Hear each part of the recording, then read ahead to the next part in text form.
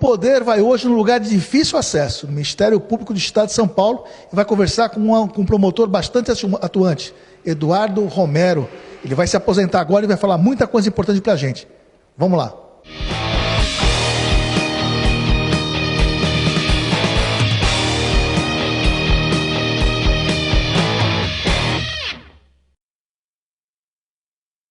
Ele tem 27 anos de Ministério Público e 33 como promotor. Eu vou entrevistar agora o promotor público Eduardo Romero. Doutor, muito obrigado por me atender aqui no seu trabalho.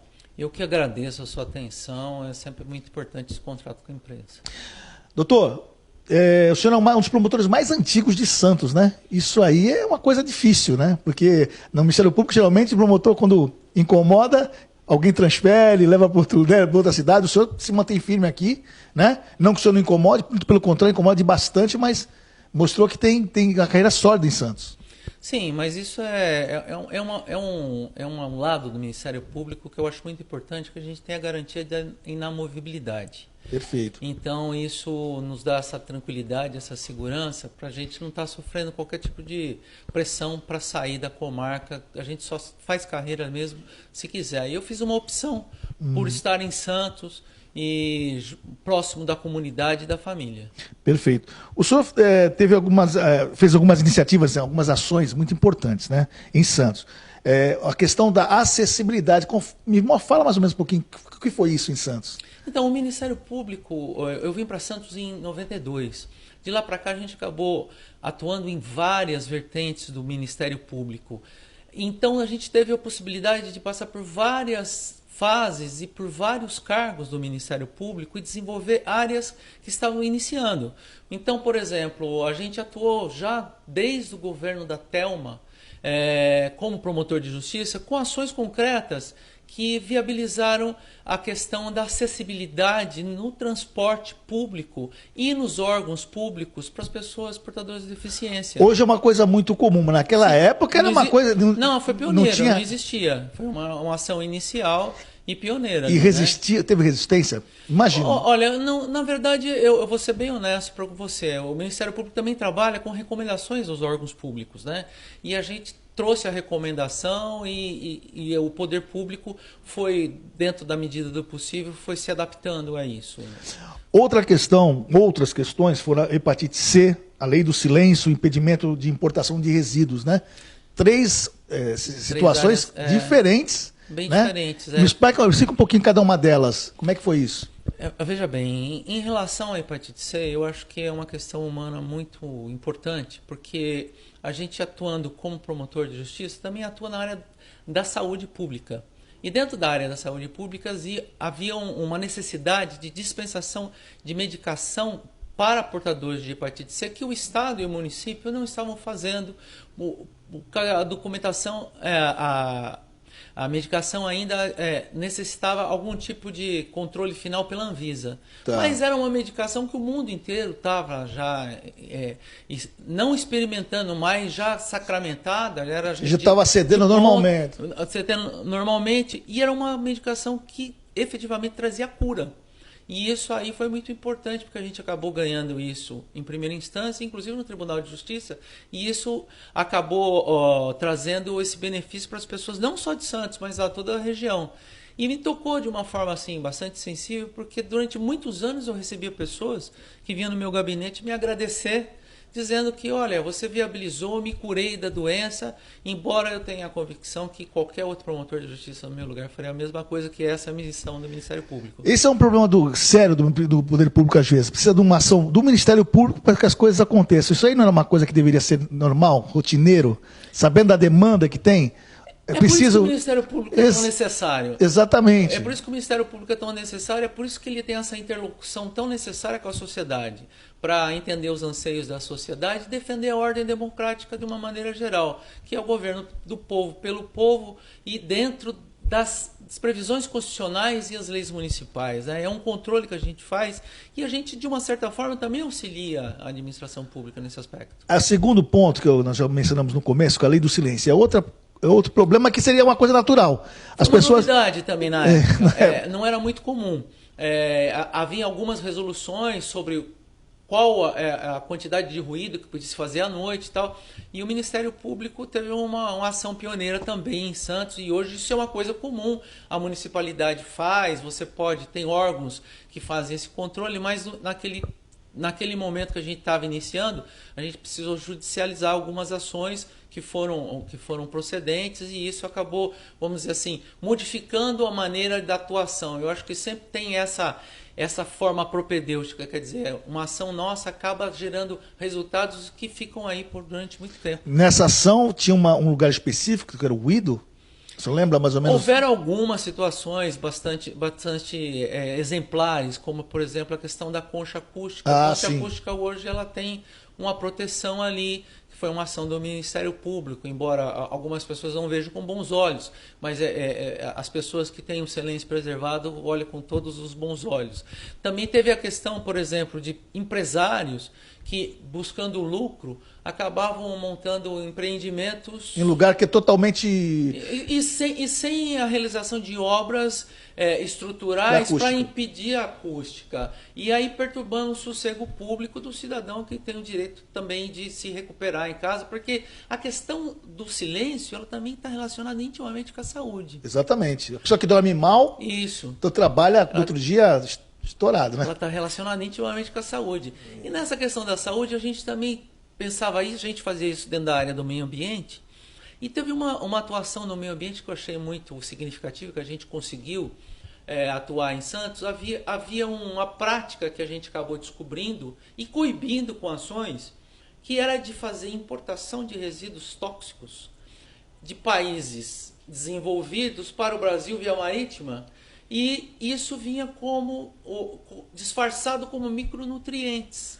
Hoje em dia não é tão difícil acontecer isso também, né, doutor? De vez em quando pega, a Polícia Federal pega alguma coisa, né? Sim, mas de qualquer forma foi uma ação pioneira nossa, né, de estar descobrindo isso, e a gente acabou conseguindo, através de ações, tomar providências concretas e efetivas a ponto de navios com cargas terem que voltar para os seus países de origem e não poder descarregar no país. Perfeito. Olha, para quem está conhecendo o doutor Romero hoje, eu já conheço há um tempo por causa da minha função de jornalista, mas tem alguns casos aqui que ninguém sabe, mas ele estava por trás e deu muito resultado. Eu vou citar alguns casos aqui. Ó. A questão dos chequinhos, funcionários fantasmas, nepotismo e transparência. Isso aí é direto na ação... do poder público, né? Sim. O dos check-ins ficou bem famoso em Santos. Sim, ficou famoso, mas eu acho que todas essas questões, eu acho que o importante é olhar sobre o seguinte aspecto.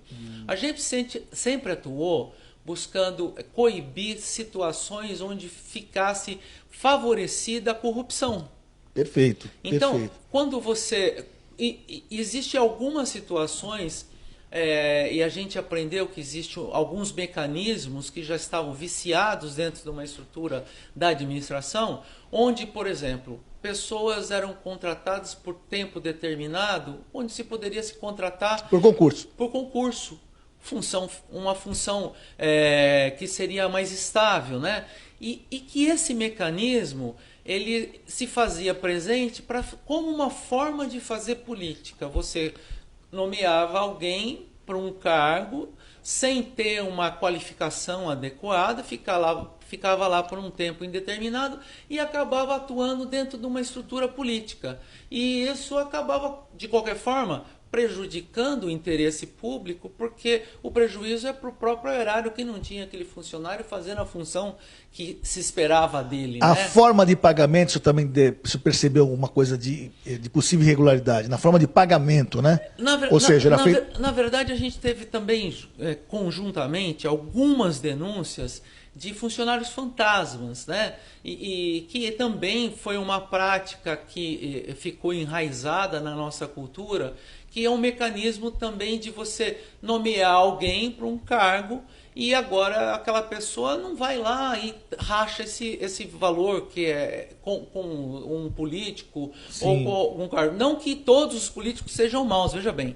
Eu acho que a gente tem sempre contato com a classe política, a gente percebe que tem muita gente que quer acertar. Sim, lógico. Tem muita gente honesta e que quer fazer o melhor.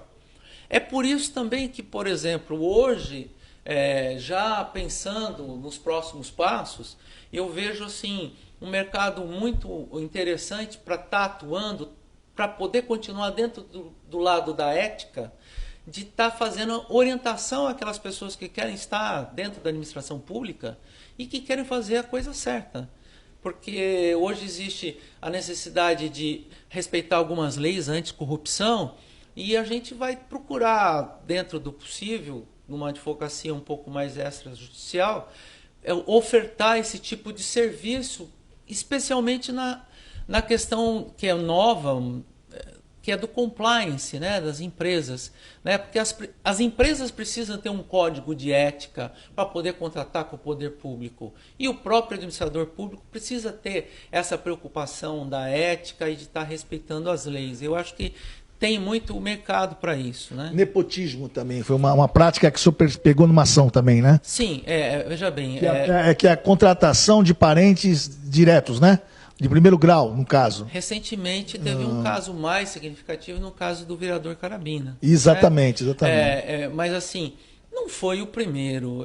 Dentro desses últimos 25 anos à frente da Promotoria do Patrimônio Público, a gente teve outros casos tão emblemáticos quanto, mas o mais recente talvez seja esse, onde você nitidamente percebe o seguinte: quem tem um poder político coloca alguém da sua família dentro de um cargo, e isso daí viola a ética e traz prejuízo, afinal, para a própria população, né, que fica desprovida de um funcionário gabaritado, com capacidade de prestar a função para a qual ele foi nomeado. No caso do Carabina, parece que o genro era motorista concursado, né? O isso. problema é que ele foi para uma função na Câmara que não era compatível com a função que ele entrou na Prefeitura. É mais ou menos isso. É uma coisa, é justamente isso.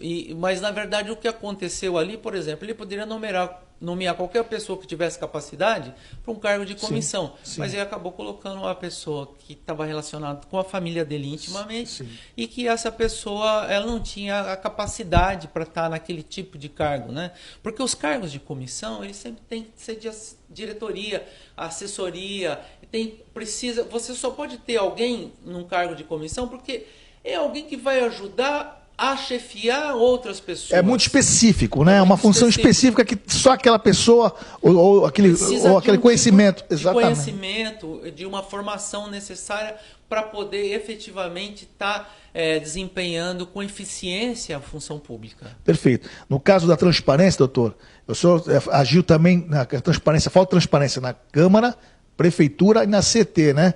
Que era o caso da transparência que eu digo é nos portais, que o senhor percebeu que faltava informações importantes para o munícipe, é isso, né? Sim, veja bem, a gente teve a felicidade de estar num momento em que leis importantes foram aprovadas, entre elas a lei de transparência. E essa lei de transparência, ela obriga os órgãos públicos a publicizar todas as informações, e especialmente nos órgãos da internet. Por quê? Porque o cidadão ele pode fazer a fiscalização disso. E a gente entrou com algumas ações importantes que efetivamente obrigaram a municipalidade, a Câmara, a CT, a Prodesan, todas a se adequarem a essa situação nova de estar publicando todas as informações, contratações, funcionários, valores. Então hoje a transparência ela sempre vem a favor de combater a corrupção. Perfeito. Doutor, vamos mudar um pouco, o senhor falou de muitas coisas que o senhor já fez à frente da promotoria, tem muito mais que eu sei, né? A gente só pensou algumas coisas aqui, mas o senhor sai do Ministério Público, está saindo, já parece que vai se aposentar agora, é isso? Sim, eu já fiz meu pedido de aposentadoria porque eu completei 41 anos de serviço público. Eu ingressei como escrevente, muito jovem, e ingressei no Ministério Público com 22 anos de idade. Então eu tenho 34 anos de Ministério Público e eu acho que está na hora de começar uma nova etapa, porque eu sinto que eu estou com a minha missão cumprida. É isso que eu ia perguntar. Cumpriu a missão mesmo? Não vai sentir saudade um pouco desse O senhor vai advogar? Eu vou estar em contato com o direito, efetivamente.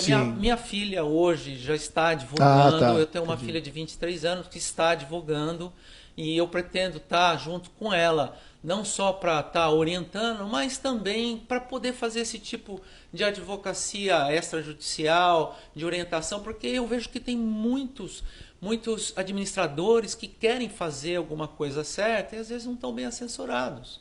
E tem muitas empresas que precisam desse tipo de orientação relacionada com a nova lei de compliance, que no final das contas, é a lei anticorrupção das empresas. Porque, como a gente viu aí que a Lava Jato desvendou, né, não basta só os administradores públicos rezarem na cartilha da ética e da legalidade. Todas as empresas que se relacionam com a administração pública também. E é por isso que no exterior é muito comum e aqui recentemente, desde 2013, 2014, a gente tem as novas leis anticorrupção e de compliance, né? Como é que o senhor entende as empresas que prestam serviço público, né? O senhor acha que tem que ter um trabalho intenso da população? A população pode ajudar o Ministério Público a desvendar esse tipo de empresa, a mandar informação, assim, de fiscalizar? Com certeza, o Ministério Público ultimamente atua de forma intensa, através dos sites de internet, a criar um canal de comunicação com a população de uma maneira geral, porque a população hoje ela tem acesso, através da transparência, que a gente ajudou a tornar mais eficiente, sim, a estar fazendo qualquer tipo de denúncia, porque qualquer cidadão hoje pode entrar num site de transparência e entender que aquela empresa ali, que ele ouviu falar que está sendo investigada, está fazendo um contrato com a municipalidade e tem o acesso via internet, da sua própria casa, pode fazer uma denúncia ao Ministério Público, inclusive uma denúncia anônima, o que não é incomum, desde que o fato seja bem explicado, né? Eu queria que o senhor, já aproveitando que o senhor falou isso em denúncia anônima, que o senhor aproveitasse um pouquinho ajudar as pessoas a entenderem como é que é o processo para chegar hoje denunciar alguma coisa no Ministério Público. É muito importante as pessoas denunciarem. O que ela tem que fazer, doutor? Olha, nos sites de internet... Para ajudar vocês a trabalhar de forma mais ampla, sim, né? eu acho isso muito importante. Eu acho que cada cidadão deve ser um fiscal da sua própria municipalidade, da sua própria comunidade. E ele pode fazer isso. O Ministério Público tem páginas no Facebook com a Promotoria do Patrimônio Público, onde existem formulários para fazer denúncias. Tem a ouvidoria no site do Ministério Público Estadual, onde pode ser feito qualquer tipo de denúncia. E ele pode fazer online, desde que ele descreva o fato. Olha, eu li no site de transparência, me parece que essa pessoa aqui está nomeada para um cargo que ela não tem a qualificação, eu conheço aqui, eu posso estar dizendo isso. E o Ministério Público ele vai verificar a partir dessa iniciativa. Porque a gente não tem onipresença, a gente não está em todos os lugares ao mesmo tempo. Então, a partir do momento que a gente toma conhecimento de um fato, a gente vai fazer a investigação com certeza. E essa pessoa que denuncia, ela está preservada a identidade dela tranquilamente. De qualquer forma, a gente tem preservado o sigilo da fonte e você, como jornalista, sabe a importância disso. E a importância também, eu queria ressaltar a questão da importância do jornalismo como um parceiro da democracia junto com o Ministério Público para garantir a democracia, porque não é só a questão... Primeiro, eu acho que tem a importância do jornalista, que ele facilita o entendimento da população de uma maneira geral, trazendo a nossa linguagem, que é o juridiquês, para uma linguagem mais simples e acessível para as pessoas. Sim. E depois também existe a questão do jornalista investigativo, que acaba trazendo informações que são relevantes e que sempre foram investigadas na Promotoria do Patrimônio Público. Evidentemente, eu não posso fazer aqui uma previsão, não tenho bola de cristal para saber como que isso vai ser tratado no futuro em relação a essa nova lei de abuso de autoridade. Evidentemente, o Ministério Público nunca quer abusar da autoridade. O que tem que ser preservado é a transparência. Infelizmente, dentro de uma situação política, os adversários sempre buscam explorar uma questão de uma investigação por uma questão política, mas isso daí foge do nosso alcance. Não é a nossa intenção. A nossa intenção é fazer tudo de uma forma bastante clara, à luz do dia e com bastante transparência. Deixa eu mudar 10 minutinhos, de volta já já.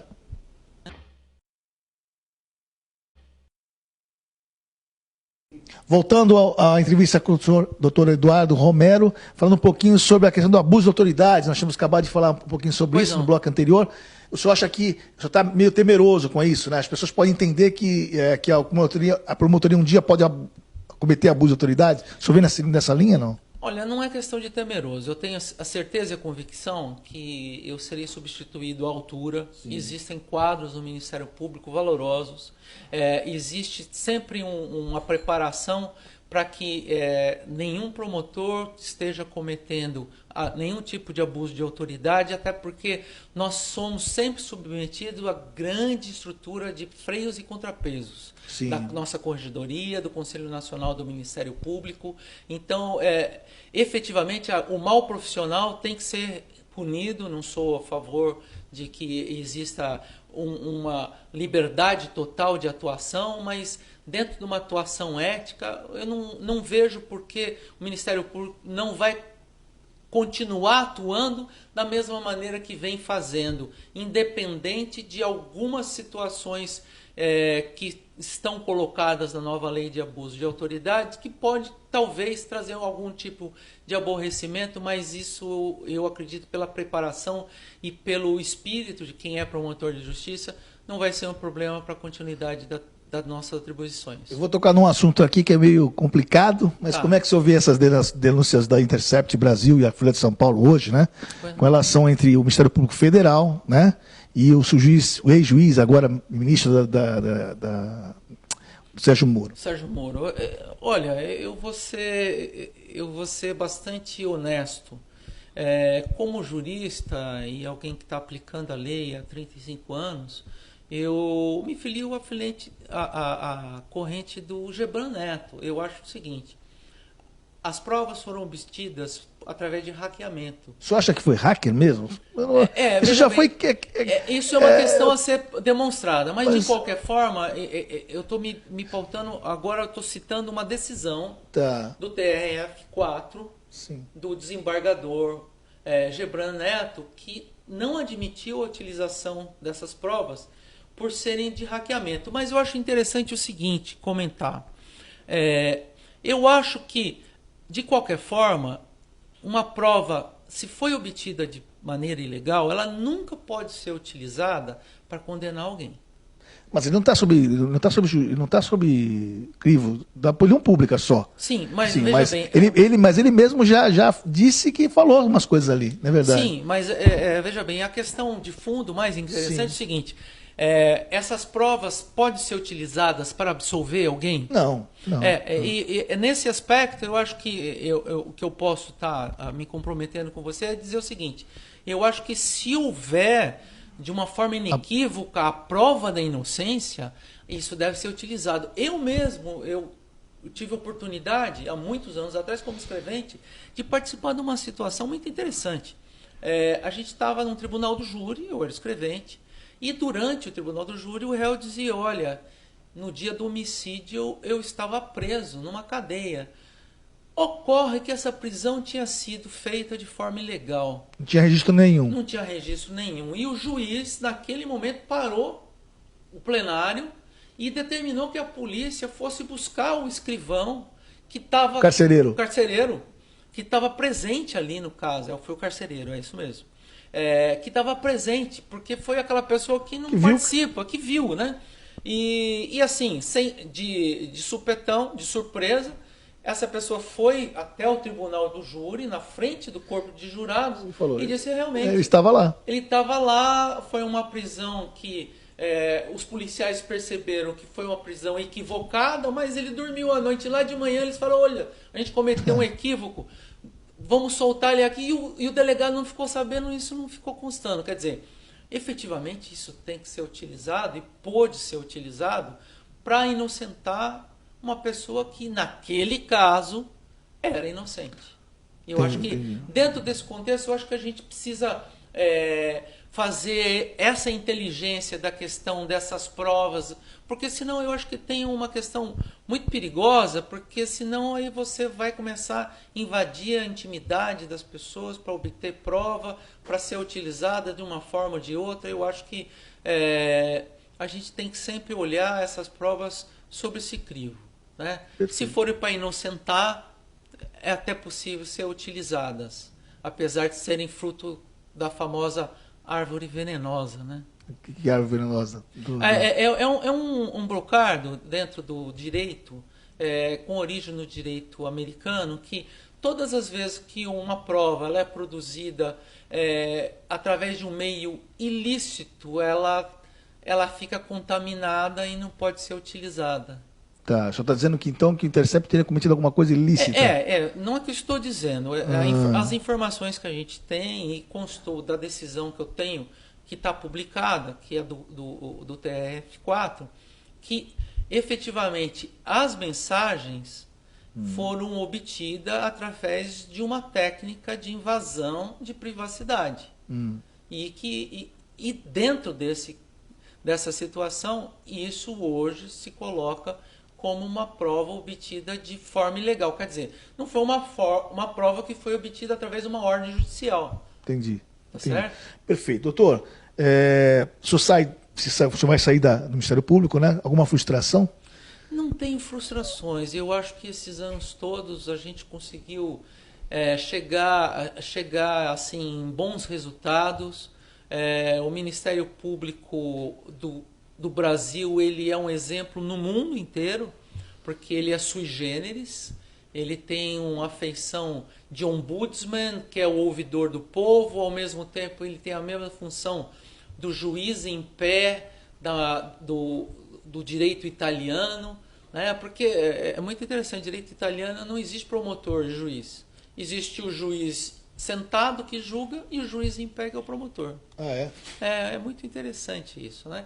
E de qualquer forma a gente defende toda uma sociedade, e eu acho que a gente acabou atingindo assim até uma certa confiabilidade muito importante pela população de uma maneira geral, que sempre nos procura como uma última forma de recurso, e o Ministério Público sempre tenta corresponder da melhor forma possível. Perfeito. Muito obrigado pela sua entrevista. Meia hora parece que para quem não tem muito o que falar é muito, mas para quem tem muito é pouco. Então, muito obrigado pela sua entrevista. Tá bom? É isso, eu agradeço a sua atenção e parabéns pelo seu trabalho. Ok. O Poder fica por aqui. Lembrando que vai ao ar toda quarta e sexta às 10h30 da noite pela ISTV. Um abraço, até mais. Até mais.